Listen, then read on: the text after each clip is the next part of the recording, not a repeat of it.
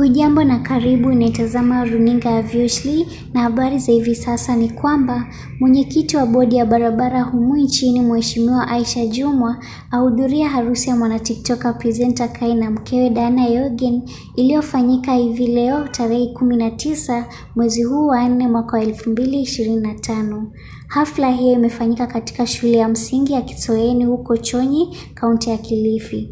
Na hii ndiyo zawadi aliyowazawadia wanandoa hao, presenter Kai na Diana Yong'en. Kwa taarifa zaidi, hakikisha kwamba una subscribe kwa hii channel.